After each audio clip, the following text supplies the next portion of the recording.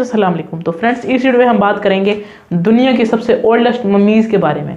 ठीक है, मम्मीज़ तो आपने सुना ही होगा नाम।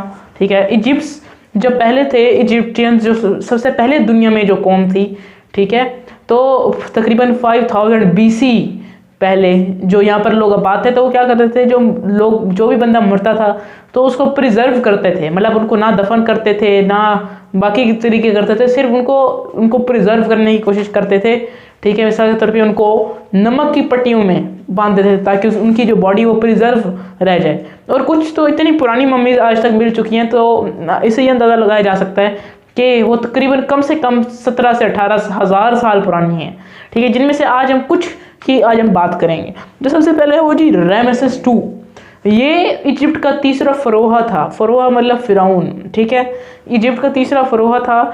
ठीक है, जिसकी जो बॉडी मिली वो बिल्कुल सही फॉर्म में मिली। मतलब इसके बॉडी में बिल्कुल भी कोई ख़राबी नहीं थी, वरना जितनी भी मम्मीज़ हमें मिली तो उनकी जो बॉडीज़ थी वो बिल्कुल प्रिजर्व हो चुकी थी।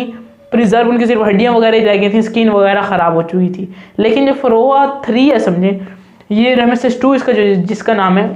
ठीक है, ये ऐसे जो कि बिल्कुल सही फॉर्म में है।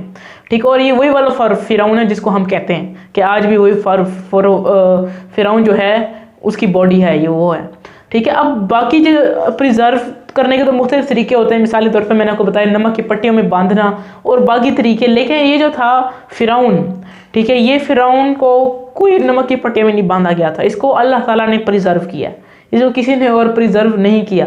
ठीक है, और ये लाश समंदर से मिली थी लाश। ठीक है, और ये उसी फिराउन की जिसको हम आजकल कहते हैं कि अल्लाह ताला का अजाब था हज़रत मूसा के ज़माने का, ये उस ज़माने का ये वो फिराउन है। ठीक है, और इसकी बड़ी अजीब बात यह है कि इसके अंदर गोश्त भी आता रहता है। ठीक है, और वो गोश्त गल सड़ के ख़त्म भी हो जाता है। गोश्त भी, मतलब गोश्त कहाँ से पैदा होता है जबकि वो बॉडी मर चुकी है। लेकिन पता नहीं ये कोई इसकी वजह साइंस है जो कि आज भी हम जानने की कोशिश कर रहे हैं। अच्छा, उसके बाद जी फैटवर्ड गर्ल। अब फैटवर्ड गर्ल के नाम से जाहिर होता है कि ये एक मुकाम था फैटवर्ड, जहाँ से ये हमें मिली थी रिमेन्स, मम्मी। ठीक है, और ये कहा जाता है कि तकरीबन ये 1200 BCE यानी हज़रत ईसा अलैहिस्सलाम की पैदाइश से पहले 1200 साल पहले की ये बॉडी मिली है। ठीक है, लेकिन ये बिल्कुल सही फॉर्म में नहीं है। इसके सिर्फ बाल और नाखून और टीथ जो हैं वो सिर्फ बचे हुए हैं, बाकी सारी जो चीज़ें हैं वो डिकम्पोज हो चुकी हैं।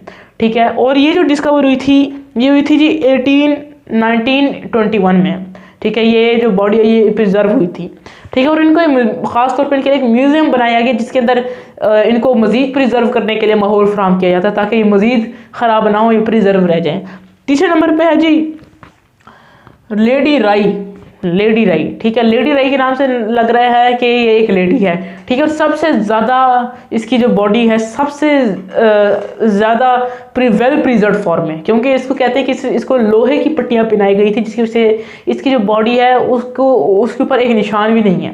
मतलब ये तकरीबन जो बॉडी है ये 3000 BCE यानी हज़रत ईसा अलैहिस्सलाम की पैदाइश से पहले 3000 साल पहले जो थी, ये उस ज़माने की ये लाश है, ये मम्मी है जो कि अभी तक भी है।